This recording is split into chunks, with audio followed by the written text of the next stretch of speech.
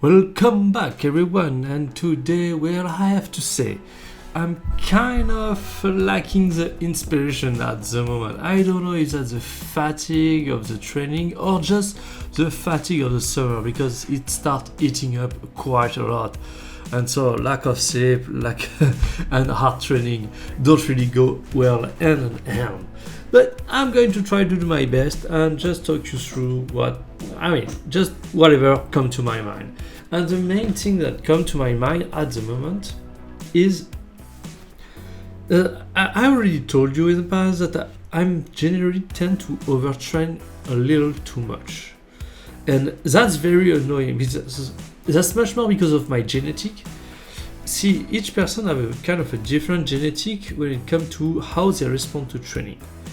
So you have the people that are more, let's say, endurant, where the main barrier that they are facing is they need insane amount of volume in order to create adaptation. Because that's something that is very often forgotten. Why do we train?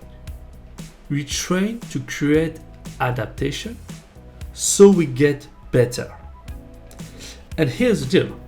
For other people like me, and I think that's why most of the advice don't work for people like me, and you really need to find your own way, and a way that is not necessarily very well accepted. Me, I am on the other side. My body responds extremely well to training. But here's the deal. It just means also that very little training is enough for me to create adaptation and get better. And as soon as I get above that, I'm start overtraining. And so that's very frustrating because you don't really see this side. Because as a pro athlete, when you want to get better and want to become the best version of yourself, you have this true deep desire to give your best all the time. You want to work as hard as possible, as much as possible. But I have to take a step back and say, okay, my body responds very well to training, so I don't have to train that much. And that's really something that is completely against the common wisdom of train as hard as you can. Well, for me, that just doesn't work. I mean, in each session, for the short period of time, for the short training that I'm doing everything. I'm putting 100% of my best. See, for instance, here, the way I like to work is just doing singles, because that fits really well my genetics. Since I'm very strong and I'm responding very well to training, I don't need a lot of reps or a lot of sets to get adaptation and get stronger. So for me, just one top set like this at my max is enough for me to create enough adaptation, so next week when I come back I will be stronger. And that's something I've been really thinking a lot about lately. But that's something I already told you about regarding strength. But the thing that I started thinking about recently is more that overall, because that you need also to think about training, not just the strength work that I'm doing here, or the speed work that I'm doing on the range, or the power work that I was trying to do, but you need to think of it as a whole, because everything that you do is some type of training and add up to your maximum volume that you can recover from. And I think what happened currently, and so just on side note, that was my personal best, 170 on the squat. We are on the track to 180. Let's go. I was so happy about it. Anyway, so yeah, because I have took that decision to reduce the volume on strength to be able to better adapt and so on. But the thing that I forgot is actually, everything else that I'm doing also add up to something and can get me overtrained. And so, because here's the deal. Training strength trains the nervous system. Training power trains the nervous system. Doing speed training trains the nervous system. And doing speed stick over speed training trains the nervous system. So at the moment, I'm hammering my nervous system every single day and sometimes multiple times a day. I mean, actually multiple times, because if I do strength and power in the gym and then speed training and speed stick, it means every single day I'm training 2 times my nervous system. And so that's extremely easy for me to just overdo it and get overtrained without even realizing it. So that's why I need to think, okay, what is actually the limiting factor at the moment that will get me closer to my 130 miles per hour goal by the end of the year.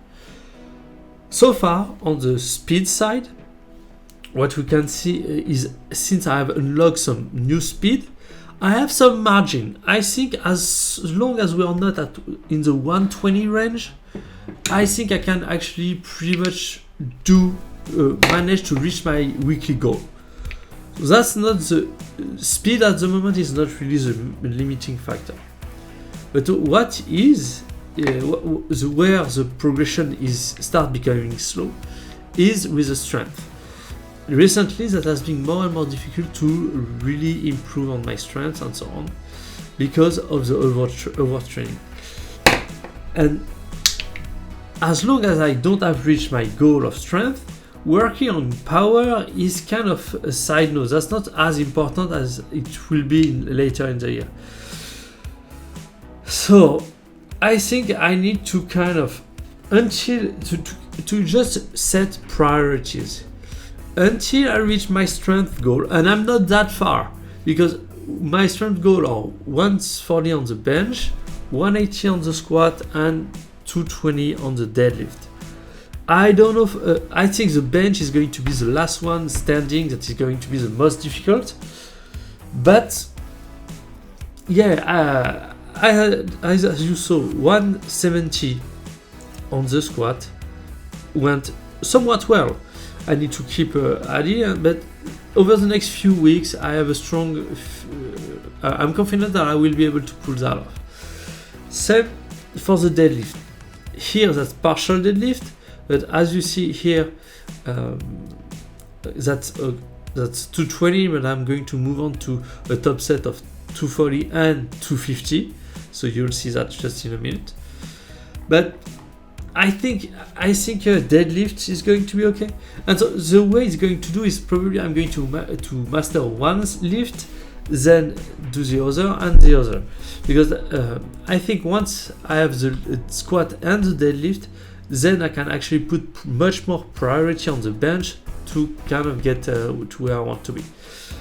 And then once I'm there, that's going to be I'm going to put the strength on maintenance, so it's not going to tire me that much. I'm not going to push to heavier weight and so on. So I will have much more training volume available for me to actually do power training.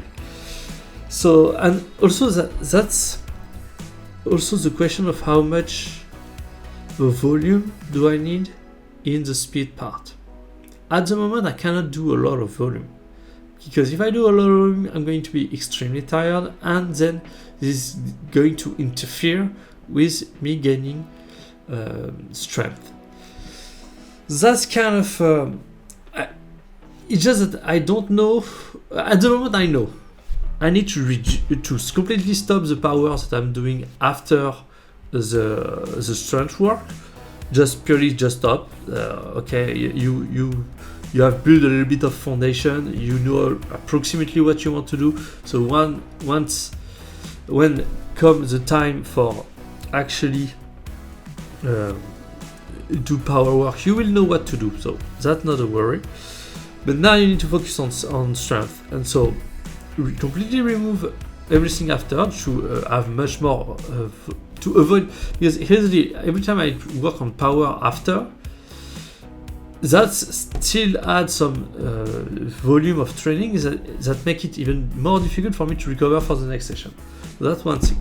The other is, I think for now, even though golf and speed training is a lot about power endurance, and so that means you need a lot of volume in hitting a ton of ball, mainly about warming up with 100-120 ball for the session, and then moving on to a 70-80 ball speed training. At the moment, this is not the goal. The goal is to gain strength, not power or endurance. So that's why I think for now, even though that's not a lot what I want to do, but I as I told you, even though the things that I want to do and the things I have to do are totally different things. Because as an athlete, I want to work as hard as possibly can, but if that interfere with me progressing, because at the end of the day, the goal of training is to get better. Doesn't matter how you do it. So if I need to take my medicine and just accept that I need to train less to get better, just do it, even though that sucks.